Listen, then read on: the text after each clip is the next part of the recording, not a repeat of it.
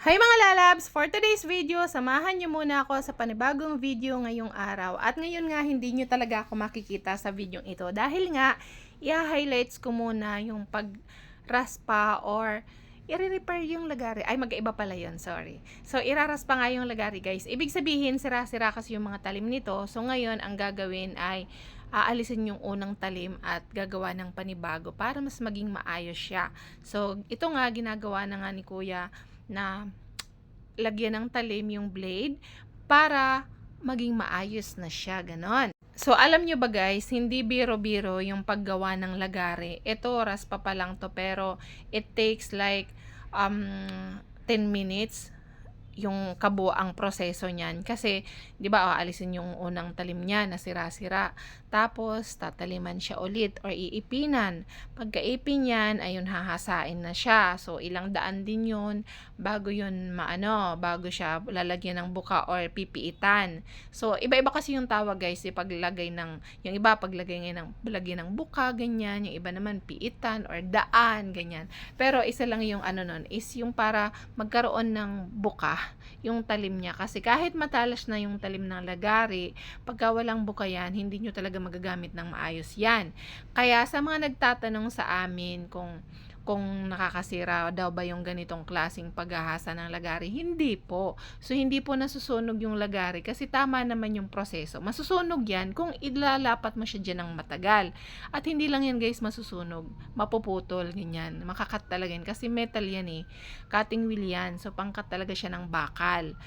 Pero pag tama naman yung proseso, yung step by step ng pagkagawa ng lagari, maayos yan na magagawa. Ganon siya.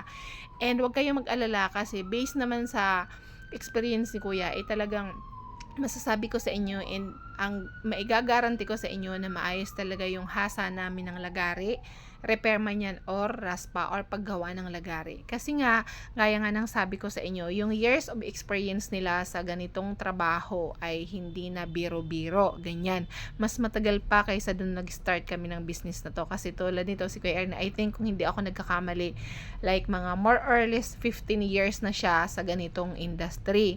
So, yun, talagang masasabi ko na expert na siya sa paghahasa ng lagari. At hindi lang lagari guys, like kutsilyo, itak, palakol, piko, karit, kayuran ng nyug or kudkuran ng nyug, hulso, chainsaw blade, circular, grass cutter, gunting tela, gunting damo, gunting, ayan. So talagang maano sila dyan, bihasa na sila sa ganyan. Kahit yung isang klaseng grass cutter guys yung, di ba, yung grass cutter kasi na parang gunting lang, ganyan. Yung isang klase nun yung parang machine, yung ganyan, hinahawakan, yung tinutulak na may bilog, ganon. So, naghahasa rin kami ng ganon. So, eksperto na siya sa ganyan. Kaya, kung nag-worry kayo na baka masira yung inyong mga ipapahasa sa amin, abay, alisin nyo na po yung pag-worry nyo kasi safe na safe po yung mga gamit nyo sa amin. Talagang masusolve yung problema nyong pamomorol ng inyong mga gamit, ganyan.